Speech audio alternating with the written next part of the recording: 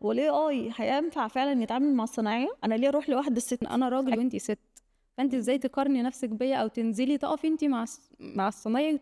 لا وهو يخاف منك كمان.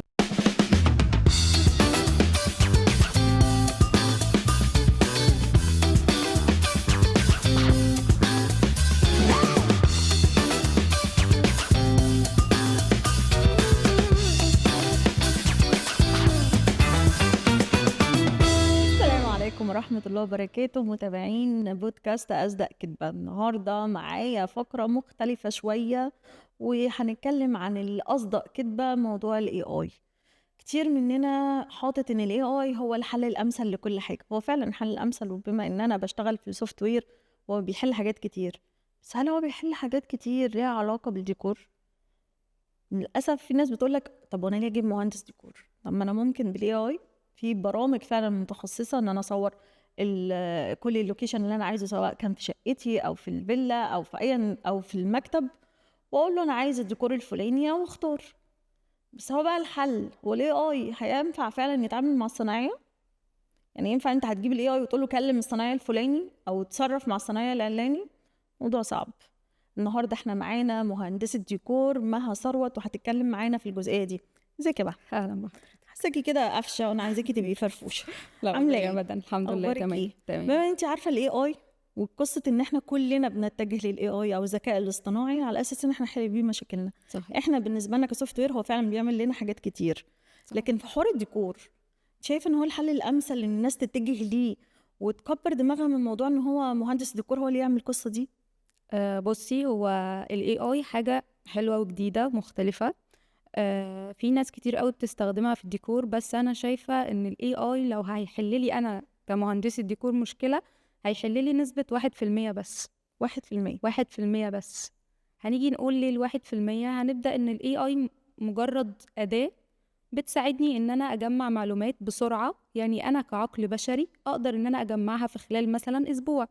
فبالتالي هي جمعت لي معلومات، لكن أنا لو طلبت من ال AI إن هو ينفذ لي تصميم دقيق 100%، فهو هينفذ لي تصميم بنسبة 1% بس. ليه؟ لأن احنا عندنا برامج 3D Max وعندنا CAD وعندنا برامج تانية كتير شاملة تخصص المهندس الديكور.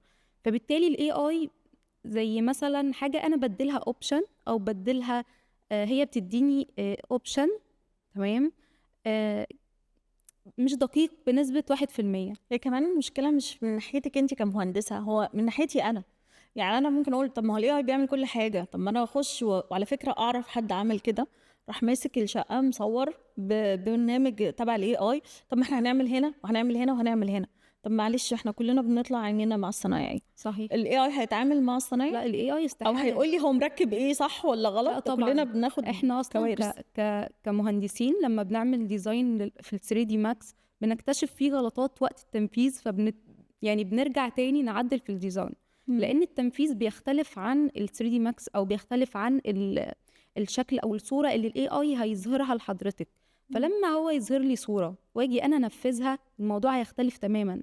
انا استحالة انفذ اي حاجة من ال AI، وده حاجة أنا أبرهن عليها. استحالة أنفذ أي حاجة ال AI، سوري، ال AI قال لك عليها او قال مصممها لك أو تصميم؟ مصممها بالظبط، لأن هو بيديكي صورة أوبشن سريع جدا. لكن أنا كمهندسة بقعد بالساعة والاتنين والتلاتة والأربعة بدقق في كل تفصيلة. طب دي هتتركب إزاي؟ طب دي هتتعمل ما إزاي؟ هو المشكله بقى الناس فاكره الديكور الخارجي. لا طبعا. هو متهيألي التأسيسات كمان ده بتبقى من شغلكم، والتأسيسات دي أهم حاجة، سواء كانت مواسير كهرباء، أسلاك، طبعا الكلام ده كله ده هو أساسي. ال AI استحالة يعمل ده. علشان بما إن كده أنتي بقى ست وبنوتة وكلنا عندنا المايند سيت بتاع إن هو أنا ليه أروح لمهندسة ست؟ يعني إحنا كمان كستات عندنا جزء من التنمر. أنا ليه أروح لواحدة ست؟ صح. أكيد هي مش هتبقى شاطرة ومش هتبقى يعني بروفيشنال زي ما يكون مهندس راجل، وبالذات إن أنتي ست وهتتعاملي مع صنايعية وتدي أوامر لصنايعية. أكيد أنتي قابلتي المشكلة دي. بصي، بصراحة أنا كتجربة شخصية قابلت المشكلة دي، يعني من الفترة اللي فاتت دي. كنت إن أنا مضطهدة بسبب إن أنا أول حاجة كسن، تاني حاجة إن أنا مهندسة وإزاي أقدر أسيطر على الصنايعية، إزاي يبقى أنا ليا كلمة. إحنا عندنا في عقدة في السوق عامة، أنا راجل وإنتي ست، فأنت إزاي تقارني نفسك بيا أو تنزلي تقفي إنتي مع الصنايعي؟ لأ وهو يخاف منِّك كمان ويبدأ إن هو يعني يشتغل يخاف على منك. نَفْسه، بالضبط. فبالتالي هو بيبقى شايفني لأ أنتِ إزاي؟ وكمان في مشكلة أكبر للبنت، إن هي لو سِنّها صغير ده كمان بيعمل عقدة للراجل في سوق العمل، إن هي يعني أنتِ كمان مهندسة وصغيرة في السِن، لأ. يرفض. فبالنسبة قابلتي لهم ده كتير؟ أنا قابلت ده كتير، معايا أنا شخصيًا قابلت بالذات عقدة السِن، أو إن أنا سِنّي صغير، فإزاي سِنِّك صغير وأنتِ نازلة السوق كده وبتكتسحي المجال عادي. بتواجهي المشكلة دي ازاي؟ أنا باواجه أي حاجة سلبية بإن أنا اثبت لك. بالضبط. اثبت لك شغل. وبالفعل حصل مشاكل كتير أوي واجهتني من كذا حد معايا في الشغل، إن إزاي أنتِ سِنِّك يعني صغير جدًا، إزاي عايزة تبقي يعني زيي؟ اكبر لك نفسي ولا اعمل يعني ايه؟ مش فاهماهم إزاي برضه. أنتِ ما انت بتقارني سني نفسِك صغير. بشخص عنده مثلًا 30، 40 سنة؟ بس أنا من وجهة نظري لأ، أنا ممكن أكون سِنّي صغير بس أنا عندي skills أصلًا تخلّيني أبقى كفاءة عنك مليون مرّة، فأنت ليه؟ فبالتالي لأ، يعني أنا شايفة إن البنت ليها مكانة كويسة جدًا، وفي أي مكان ما تقلّلش من نفسها أبدًا، وتنزل تتعامل مع صنايعية عادي وتتدرّب وتشتغل على نفسها. طب بما ان انت مهندسه، لما جيت اتكلمت معاكي قلتي لي انا ماسكه براند وبعمل براند كذا وكذا، هل انت سبتي معنى كده مجال الهندسه، او ان انت ولا ماشيه الاتنين مع بعض، ان انت مهندسه وفي نفس الوقت قصه البراند بتاعك اللي لسه هنتكلم عنها؟ بالضبط الجزئيه دي بقى انا عايزه اسال عليها. هل ده اللي انت قابلتيه، ان كل الرجاله اللي بتتنمر عليكي حتى احنا كستات خلاكي تاخدي اكشن، لا انا خلاص هوقف؟ لأ طبعًا بالعكس، أنا بدأت الbrand بتاعي أصلًا لمّا يعني أخدت مواقف سلبية كتير من مم. سوق العمل، مم. فبدأت إن أنا لأ، ده أنا هاشتغل على نفسي أكتر وفي مجال تاني جنب المجال اللي أنا شغالة فيه، بحيث إن أنت تشوفني owner في نفس الوقت وأنا باشتغل موظفة أو باشتغل برضه owner في مكان تاني، يعني أنا مم. كمهندسة ديكور ده وظيفة أو يعني career ثابت، أمّا مم. كفن أو gallery فده موهبة. مم. فأنا باحب عندي أقسّم وقتي، ليّا وقت لموهبتي دي إن أنا أعمل gallery وإن أنا يعني وقت فراغي بدل ما أقضّيه في قعدات أو في أي حاجة، مم. باتجه لحاجة يعني بتخلّيني أنا مبسوطة وفي نفس الوقت بتدخّل لي دخل كويس. طيب البراند بتاعك بقى، انت فكرتي تعملي براند ايه؟ وحوار اللوحات ده انا عايزه اعرف ايه تفاصيله، وجات لك الفكره منين؟ بُصّي، هي الفكرة جات لي لمّا كان في شغلي القديم دخل لي عميل، فبالتالي أنا كنت باحب أقعد أرسم لوحات فنية مختلفة تمامًا عن المنتشر في السوق دلوقتي. مهم. فعجبه شغلي يعني أو هو اقترح عليا فقلت خلاص تمام أنا موافقة إن أنا أعمل لك الشغل ده وبالتالي أخدت منه كذا فيلا حوالي 3 فيلل. بدأت إن أنا أرسم اللوحات بذوقه هو مم. يعني العميل أنا عايز كذا الحاجات دي مش موجودة في السوق فأنا عايزك انت تحسسيني ان انا الراسم اللوحة انا عايز روحي تبقى موجودة في اللوحة. مم. فبالتالي اخدت انا جمعت افكار وبدأت ان انا اعمل له اللوحات مع الوان الفرش طبعا. مم. وكوني مهندسة دارسة الالوان او دارسة المقاسات او دارسة الابعاد ده بيساعدني جدا ان انا اعمل لوحة مقاس مظبوط واعلقها وان انا اعمل الالوان وان انا ارسم حاجة مختلفة تماما. فده فرق معايا وخلى البراند بتاعي من اول شهر بدأ يعني اخدت كذا عميل كويس يسمع. جدا. ايه بالظبط. اللوحات عباره عن ايه؟ هل بتحطي لها مواد معينه مثلا، بتدخلي قماش، بتدخلي ماتيريال معينه، ولا مجرد رسم فقط؟ بصي هو انا طبيعتي ان انا بحب اجرب ميكس كل حاجه. مم. يعني ممكن استخدم الوان انا عندي انواع الالوان كتير جدا. انا بحب استخدم كل الالوان الموجوده في السوق مم. بالتالي ان انا بجرب هل الماتيريال دي مناسبه معايا ولا ان انا اجرب حاجه تانية. طب ايه رايك لما ادخل حاجه من الطبيعه اصلا ورق شجر ايه رايك لما ادخل جذوع ايه رايك لما ادخل ماده اصلا بيستخدموها في الارضيات زي ماده الايبوكسي دي انا دخلتها في اللوحات معايا. مم. فانا مش حابه ان انا اعمل حاجه تقليديه هو مش مجرد لون هرسم بيه انا عايزه فكره مختلفه. فعشان كده انا بستخدم كل حاجه ما فيش حاجه ما فيش يعني انا لو في حاجه جديده اصلا قدامي في السوق شفتها وعجبتني انا هستخدمها. انت بس مختصه باللوحات؟ يعني البراند بتاعك لوحات وانت عايزه يكون لك اسم فيه مها ثروت يعني؟ ده مخيلتك ان يكون بالظبط حاجه كبيره؟ انا عايزه الجاليري الخاصه بيا تكون ليها اسم ان شاء الله في فتره قريبه يكون اسمها معروف ويكون مثلا العميل انا هروح اشتري اللوحه دي من جاليري مها ثروت. فدي هتفرق معايا انا كبراند فانا مم. لما هوصل للنقطه دي هكون انا خلاص يعني انا بالنسبه لي كده راضيه عن نفسي او راضيه عن البراند بتاعي او عرفت ان خلاص البراند ده بدأ ان هو يحقق فعلا نتائج كويسه. هو انت بس حاطاه لوحات فقط، ولا انت حاطه في هو دماغك انه يبقى حاليا حاجات تاني؟ حاليا لوحات فقط بس زي ما قلت لحضرتك مختلفة تماما لوحات بخيالي بفكري بالفن الخاص بيا. بعد فترة ان شاء الله هيكون في حاجات تانية.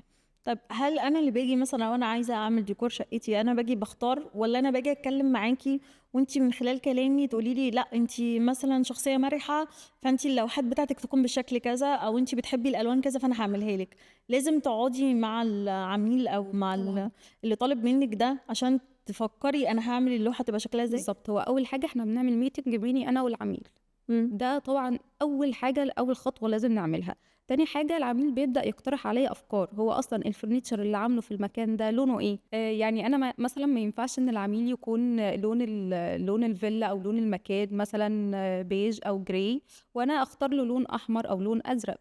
فانا لازم عندي حاجه اسمها دايره الوان، وعندي الوان متناسقه والوان متكامله. انا ببدا ان انا اختار الالوان بناء على فرش العميل. مم. فده اول خطوه. تاني خطوة ان انا برفع مقاسات المكان اللي انا هعمل فيه اللوحات. اصلا بختار اللوحات حسب المساحة كمان، ده اهم حاجة طبعا. ما ينفعش ان انا اشوف مساحة عندي مثلا فيها زحمة وكمان ازحم باللوحات. مم. فانا محتاجة ان انا اعمل تناسق ما بين اللوحات وما بين الفرش مم. اوريدي للعميل فرشه، او حتى لو لسه هيفرشه فانا كمان بفرش برضه، فانا مهندسة ديكور. مم. فانا يعني تفكيري او اللي انا بفكر فيه ان انا العميل يكون معايا من الاول لحد النهايه، ان انا ببدا من البدايه لحد ما اخلص كل حاجه هو عايزها. طيب خلينا كده نختم بقى من نهايه الحلقه دي. تحبي تشوفي نفسك ايه بقى؟ سؤال بتاع الاتش ار. تحبي تشوفي نفسك ايه بعد 10 بعد 5 سنين. بالظبط. بصي، هو السؤال ده فعلا لذيذ، بس انا يعني دايما بيبقى عندي طموح ان انا كل فتره بيبقى عندي طموح مختلف. يعني انا دلوقتي حاليا المكانه اللي انا فيها كنت بتمناها من كام شهر. انا من كام شهر كنت بتمنى ان انا يبقى عندي وظيفه، يبقى عندي براند خاص بيا، فانا دلوقتي حققته. حاليا انا بفكر في حاجه اكبر من كده، ان انا مثلا ابقى اونر، ان انا ابقى صاحبه شركه. حتى لما مثلا هبقى صاحبه شركه انا بس مش كده حلمي خلاص حققته فانا هقعد في البيت، لا، هيبقى في كمان طموح ازيد من كده. انت عايزه البراند بتاعك يبقى عالمي مثلا، تقولي انا نفسي البراند بتاعي يبقى في كل انحاء العالم، الناس كلها تعرف مها ثروت؟ بصي، هو ده طبيعي، بس يعني اي حاجه بتبقى من البدايه تدرجات. انا ما اقدرش اقولك دلوقتي انا عايزه ابقى اوصل للعالميه وانا اصلا لسه في يا اول ستي خطوه. احلامي، هو الحلم عليه هو بفلوس؟ الحلم ما تمام، تحلم ممكن الحلم ربنا تمام. يحققه. هو ربنا بيحقق فعلا الاحلام، بس طول ما انا بجتهد انا ممكن ربنا يوصلني للعالميه وانا اصلا لسه يعني هو شايفني بجتهد وانا لسه بقول يا انا لسه اصلا هوصل كمان 5 سنين، لا انا فاوصل انا كمان عادي، انا سنه. بوصل للعالميه بخيالي يعني، افضل اجري يلا نط احلامي. والله هو احنا كلنا فعلا بنحلم، ولازم اصلا نحلم عشان نحقق حلمنا. يعني انا شايفه ان اي انسان ما بيحلمش وما بيطورش من نفسه فهو لا شيء. دي حقيقه. ساعة اتبسطت جدا بيكي، انا وهجيلك اكتر. بقى بعد 5 سنين بعد اجيبك هنا. سنه. هقولك وصلتي فين وتقولي وصلت للعالميه. بعد سنه ان شاء الله. اتبسطت بجد بيكي، وشكرا جدا ليكي يا مها. شكرا لك. لكل متابعينا اتمنى النهارده ان تكون حلقتنا فادتكم. انتظروني في حلقه جايه جديده مع بودكاست قصدك كده.